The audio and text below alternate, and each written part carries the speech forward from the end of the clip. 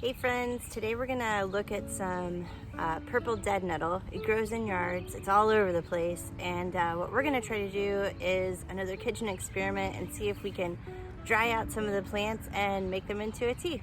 So we're looking for this plant, purple dead nettle, and there is a huge patch of it here. Now you notice it has some different kinds of leaves. So there's these tiered leaves on the top.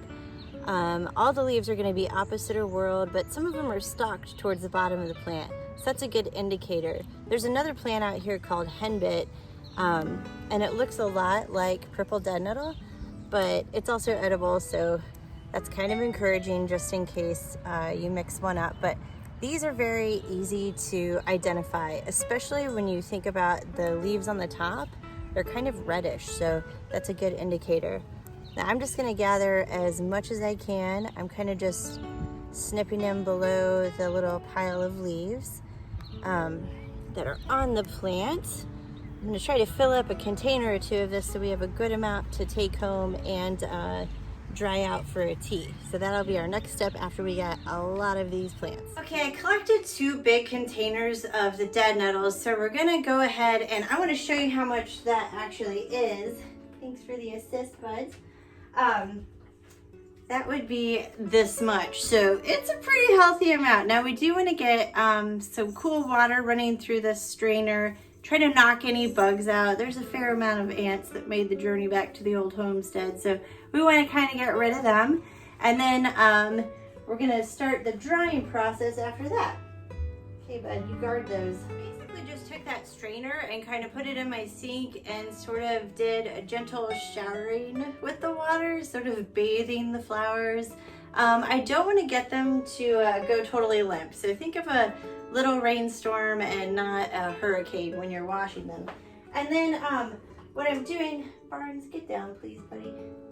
Come on. Not a good assistant right now. Here we go. Okay.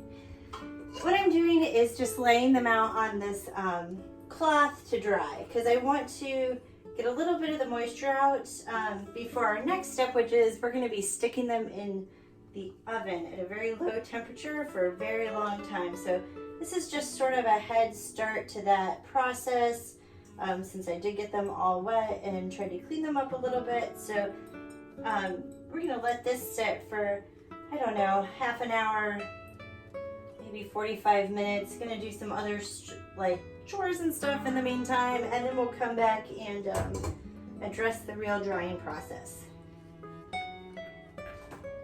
So I've gotten these flowers to dry out from their little drying rest after their bath, so they're not soaking wet or anything anymore. And I want to take the time to process this a little further. So I'm just going to pull all the leaves and flowers off of these little pieces. I'm not sure what I'll do with like the leavings here. I'd hate to waste it because I harvested so much and they are edible. So I might do some research, maybe pickle them, or I don't know. Sounds like a good chance for another experiment. But I'm going to fill up this tray and then possibly another one with these leaves and petals. And then what we're going to do is put them in the oven to dry out. So I'm going to spread them out pretty good. But I've got a ton of material to work with here. So this may be several trays worth by the time I'm done. Okay, so I spent quite a bit of time getting rid of the stems and just keeping the leaves and the flowers for our tea making. And now I've got a couple foil lined trays that are just full of flowers and leaves. Now our next step is we're going to stick them in the oven. I preheated it to 175, so I want the temperature to be really low because we're going to leave them in there for 8 to 10 hours to really give a good dry out. So I'm going to go ahead and get them in the oven here. Oven shelf.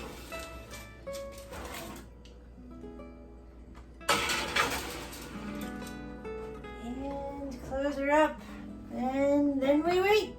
We wait 8 to 10 hours.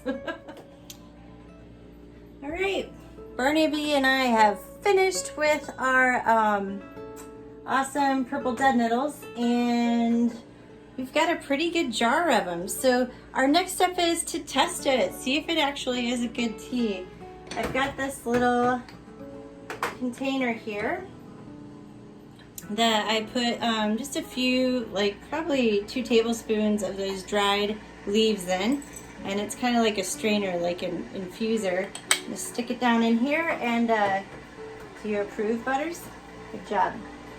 Put that lid on so he doesn't try to eat it, and I'm gonna heat up some water. Okay, hey, we've got some water on the boil, so I'm gonna go pull that off. Woo! Listen to the whistle. Okay, buds. And I'm just gonna pour some boiling water into my tea container.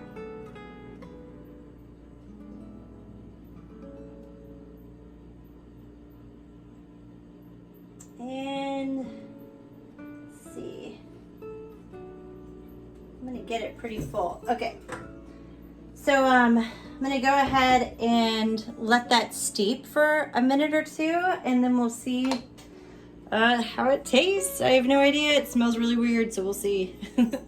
All right, I think we've let it steep for long enough. I just went for like, I don't know, 7 or 10 minutes. Honestly, I didn't pay attention that well. The container's still hot. It's really hot. Ouch. Oh my gosh. Who invented this? Oh my God.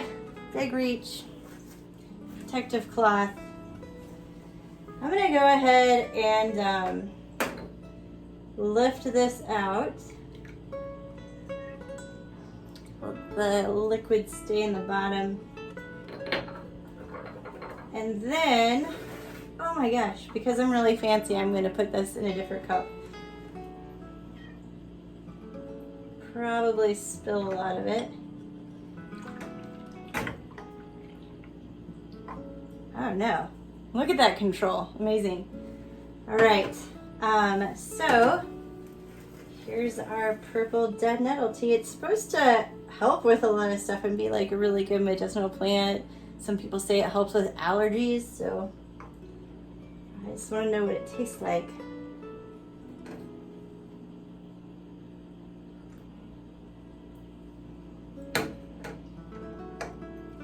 Tastes like it needs some sugar or honey.